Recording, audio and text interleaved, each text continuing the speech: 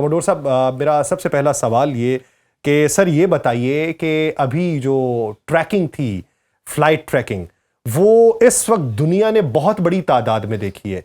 अमूमी दिनों में या अमूमी हालात में फ्लाइट को ट्रैक कितना किया जाता है, और इन दिनों में ये जो इतनी बड़ी तादाद है जो दसियों हजार से जायद हो गई, इसकी बुनियादी वजूहात क्या दिखाई देती हैं? और साथ ही इसमें यह भी ऐड कीजिएगा कि ईरान पाकिस्तान जो आया उसने अपना रास्ता बदला है, तो वो रास्ता बदलने की वजूहात क्या है?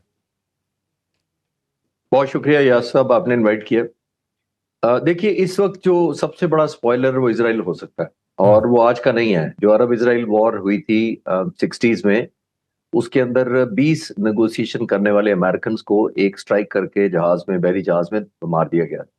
आज तक उसकी इंक्वायरी मुकम्मल नहीं हुई, और उनके जो घर वाले हैं या खानदान अहले खाना है अमेरिकन के, वो आज भी वेट कर रहे हैं, और सारी दुनिया को पता है कि वो इसराइल ने मारा था।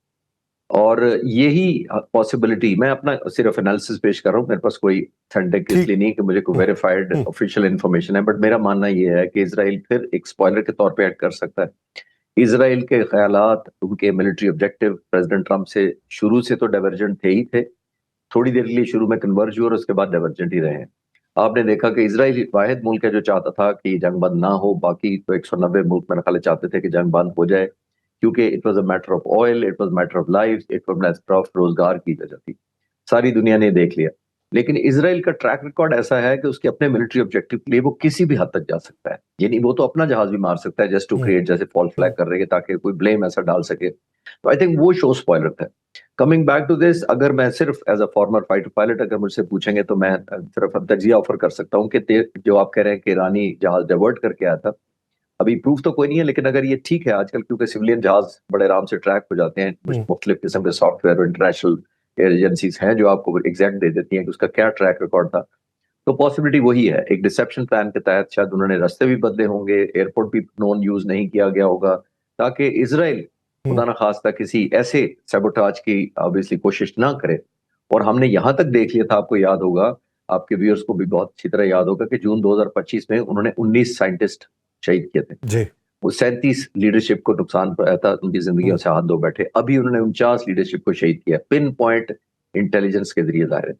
तो ये जो इनकी मूवमेंट है, ऑब्वियसली स्पीकर उनकी असेंबली की और फॉरेन मिनिस्टर की ईरान के, ये बहुत मोस्ट वैल्यूएबल है। और हम तमाम एग्री करेंगे कि आयतुल्लाह खामनेई के बाद, जो शहीद करने के बाद, और हमने देखा कि उनके मुज्तबा खामनेई जो आए हैं, उनके बाद ये सबसे इंपॉर्टेंट दो पर्सनैलिटीज इस वक्त ईरान की है। तो आई थिंक उनकी सेफ्टी के लिए ये बहुत अच्छा कदम उन्होंने किया होगा कि एक डिसेप्शन किया होगा या एक प्रिडिक्टेबल रूट नहीं लिया होगा। ये मुझे उसी की वजह नजर आती है। तो सर दूसरी तरफ अगर जेडी वैंस को देखें, रिफ्यूलिंग के लिए पेरिस में उतरना, ये सिर्फ रिफ्यूलिंग हो सकती है या फिर कुछ और साइंस भी हो सकते हैं? देखिए, फ्रांस ने तो पहले ही प्रो अमेरिका उस तरह रोल नहीं प्ले किया। फ्रांस वो मुल्क है जिसने कहा था कि ओवरफ्लाई नहीं करने देना मैंने अपने बेसिस पे। फ्रांस वो मुल्क है जिसने अपोज किया वो रेजोल्यूशन जिसके तहत मिलिट्री मेथड या टूल्स के जरिए स्टेट ऑफ हॉर्मुज खिलाने की जो रेजोल्यूशन थी खुलवाने की, वो फ्रांस ने अपोज की है। और फ्रांस का बहुत ज्यादा उन्होंने ख्याल ये था कि उनका ख्याल ये था कि ये तमाम के तमाम जो स्टेट ऑफ हॉर्मुज खुलवाने का तरीकाकार है, ईरान पर इस तरह मिलिट्री माइट या मिलिट्री फोर्स यूज नहीं होनी चाहिए स्टेट ऑफ हॉर्मुज खुलवाने के लिए। तो मुझे ये लगता है बाज दफा फ्यूल की वजह से भी रोका जाता है और बाज दफा एक कवर अप के सेंस में भी कहा जाता है। और मुझे लगता है कि उन्होंने शायद एक क्वेश्चन या एडवाइस या वार्निंग, जो भी आप समझ लें, शायद फ्रांस को किया हो कि आपने बहुत ज्यादा टिल्ट कर गए हैं, अगेंस्ट अमेरिका नहीं है, तो प्रो ईरान आपके सारे एक्शन लग रहे हैं। जैसे मैंने अर्ज किया कि नो फ्लाई जोन भी है, उन्होंने कहा कि आराम से हो सकता है, मुज़ाकरात के जरिए स्टेट ऑफ मिलिट्री तरीके से नहीं खोलना चाहिए। ये सारा कुछ देखिए। और सिर्फ उसने नहीं किया, स्पेन ने अपने बेसिस नहीं दिए, हमने इटली ने नो फ्लाई जोन किया था, पोलैंड ने कहा था कि हमारे पैट्रियट आप नहीं ले जा सकते। तो बहुत सारे मुल्क हैं फ्रांस के अलावा भी। तो इस वक्त जो ओपिनियन है, मेरा ख्याल हो सकता है कि ओपिनियन मेकिंग के सेंस में जेडी वैंस ने अपना कोई राह हमवार की हो, उनको कहा हो, पॉसिबिलिटी ये है। अच्छा सर, अगर देखें तो इब्तदाई तौर पे जिन ममालिक ने साथ नहीं दिया उनको सज़ा देने की भी बात की डोनाल्ड ट्रंप ने, जिसमें नेटो के ममालिक भी थे। आप समझते हैं कि ये एक पॉलिटिकल स्टेटमेंट था? जिस तरह आप फ्रांस का तज़किरा कर रहे हैं, मेरा सवाल तो आगे जाके आना था, लेकिन फ्रांस का आपने तज़किरा इसमें दूसरे डायमेंशन से किया है, तो मेरा ये सवाल है कि आने वाले दिनों के अंदर उनके भी खिलाफ एक सफ़ जो है वो अमेरिका तरतीब दे रहा होगा, या फिर वक्ती तौर पे एक दबाव था और स्टेटमेंट गुजर गई, इन हालात के बाद या मुज़ाकरात के बाद चीज़ें तब्दील हो जाएंगी? देखिए यह सब ये मेरा ख्याल है बहुत सारी अमेरिका की जो इस वक्त मूवमेंट चल रही है वो 1% स्पेसिफिक चल रही है। हम्म। वो मुझे लगता है कि ओवरऑल पॉलिसी कम है, प्रेसिडेंट ट्रंप के मिजाज के मुताबिक वो वेरी करते रहते हैं। लेकिन अगर हम ये समझ लें कि यूरोप और नेटो या बिल्कुल खत्म हो गए हैं, सिर्फ प्रेसिडेंट ट्रंप ने क्योंकि इतना कुछ कह दिया, तो मेरा नहीं ख्याल इतना है। हम्म। ये जरूर हुआ है कि तमाम ममालिक ने एक न्यू फाउंड रियलिटी को समझा है, स्पेशली नेटो और यूरोप ने। जो उनकी एक डोमिनेंस थी अमेरिका की डिसीजन मेकिंग की, और वो मोर ऑफ जो लोग कहा जाता था कि वो रबर स्टैम्प बन के रह गए हैं अमेरिका के फैसलों की। यूनाइटेड नेशन से जब भी उन्होंने सीरिया के खिलाफ या लीबिया के खिलाफ या इराक के खिलाफ या अफगानिस्तान के खिलाफ रेजोल्यूशन पास कराने की कोशिश की माजी में, हम्म। तो मुश्किलात नहीं पेश आती थी, क्योंकि लगता था कि जो प्रेसिडेंट अमेरिका का कह देगा या हुकूमत अमेरिका कह देगी, नेटो और यूरोपियन यूनियन वही कर देती है। तो उसके उनकी अपनी सोवरेनिटी कॉम्प्रोमाइज हुई हुई थी। तो अब आई थिंक उन्होंने रियलाइज किया कि ये गोल्डन मौका है कि प्रेसिडेंट ट्रंप को ये रियलाइज कराया जाए कि हम इंडिपेंडेंट सॉवरेन मुल्क भी हैं और अपनी राय भी रखते हैं, हम्म। और अपनी नेशनल इंटरेस्ट के हिसाब से फैसले करने की इस्तात भी रखते हैं।